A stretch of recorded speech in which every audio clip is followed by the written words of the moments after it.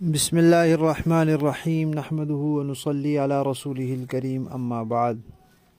پیارے پیارے بچوں، ننھے منھے پھولو، اللہ تعالیٰ آپ سب کو ہمیشہ خوش رکھیں اور فلسطین کے مسلمانوں کو مکمل آزادی، کامیابی اور عافیت نصیب فرمائیں۔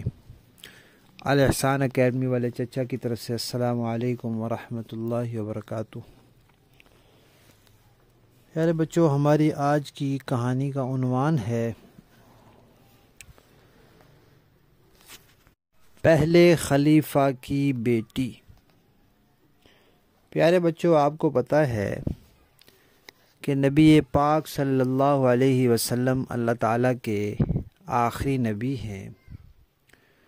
جس کو اللہ تعالیٰ نے نبی بنانا تھا وہ نبی پاک صلی اللہ علیہ وسلم سے پہلے بنا دیا۔ آپ صلی اللہ علیہ وسلم آخری نبی ہیں۔ آپ کے بعد اللہ تعالیٰ نے کسی کو نبی بنانا ہی نہیں۔ اب جب نبی ختم ہو گئے تو اس کے بعد پھر کیا ہوگا؟ اس کے بعد پھر مسلمانوں کے خلیفہ ہوں گے۔ تو نبی پاک صلی اللہ علیہ وسلم کے بعد مسلمانوں کے پہلے خلیفہ حضرت ابو بکر ہیں۔ ان کی ایک بیٹی تو حضرت عائشہ رضی اللہ تعالی عنہا ہیں اور ایک بیٹی ان کی حضرت اسماء رضی اللہ تعالی عنہا ہے۔ حضرت اسماء جو تھیں وہ حضرت زبیر رضی اللہ تعالیٰ عنہ کی بیوی تھیں۔ حضرت زبیر جو تھے وہ نبی پاک صلی اللہ علیہ وسلم کے پھوپھی زاد بھائی تھے، پھوپھو کے بیٹے تھے۔ وہ بڑے بہادر تھے، بہت بہادر تھے۔ اتنے بہادر تھے کہ مسلمان لڑائی کے موقع پر ان سے کہا کرتے تھے کہ آپ آگے بڑھ کر دشمن کے صفوں میں گھسیں، ہم پھر آپ کے پیچھے پیچھے آئیں گے۔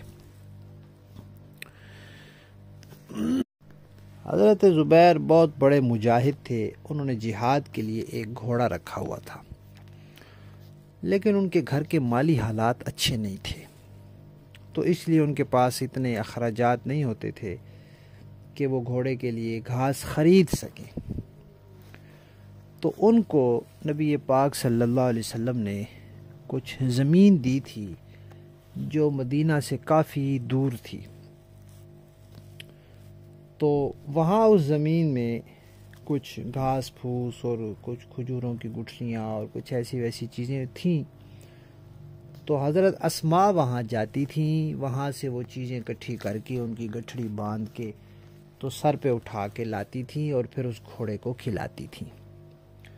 ایک دن حضرت اسماء وہاں گئی ہوئی تھیں اور وہاں سے وہ چیزیں سر پہ اٹھا کر مدینہ شریف کی طرف آ رہی تھیں۔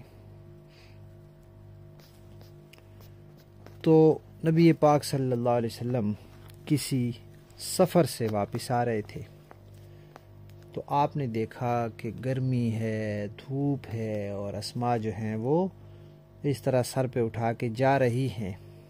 تو آپ وہاں رکے اور کہا کہ حضرت اسماء سے کہیں کہ اگر وہ اونٹنی پہ سوار ہونا چاہے تو ہو جائیں۔ تو وہ خاموش ہو گئیں۔ نبی پاک صلی اللہ علیہ وسلم چل دیے۔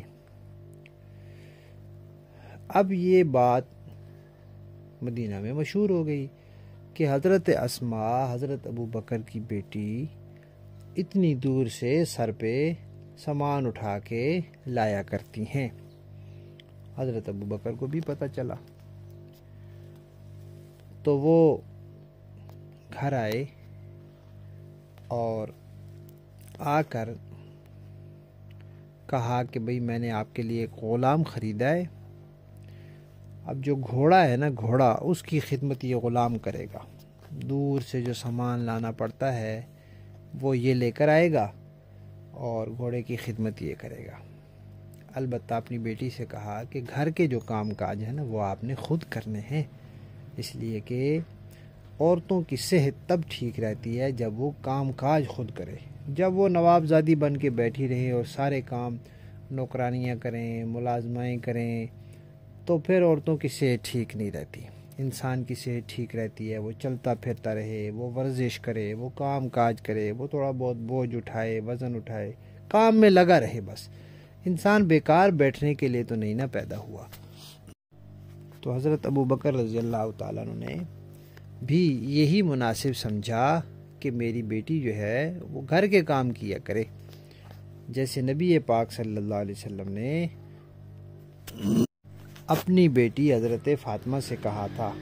انہوں نے کہا کہ بھئی کام بہت کرنے پڑتے ہیں، چکی بھی چلانی پڑتی ہے گندم پیسنے کے لیے، پانی بھی بھر بھر کے لانا پڑتا ہے، تو آپ کے پاس غلام آئے ہوئے ہیں، کوئی مل جائے. تو جب ان کا پیغام آیا تو غلام تو ختم ہو گئے تھے. تو حضور نے یہ نہیں فرمایا کہ آپ کام نہ کیا کریں، نہیں، فرمایا کام کرتی رہیں. جب آپ کو تھکاوٹ ہو جائے تو آپ رات کو سوتے وقت 33 دفعہ سبحان اللہ، 33 دفعہ الحمدللہ اور 34 دفعہ اللہ اکبر پڑھ لیا کریں. آپ کے کاموں کی تھکاوٹ اللہ تعالیٰ دور کر دیں گے. تو پیارے بچوں، نبی پاک کی بیٹی بھی گھر کے کام خود کرتی تھیں اور پہلے خلیفہ کی بیٹی بھی گھر کے کام خود کرتی تھیں. ٹھیک ہے، کہانی ختم.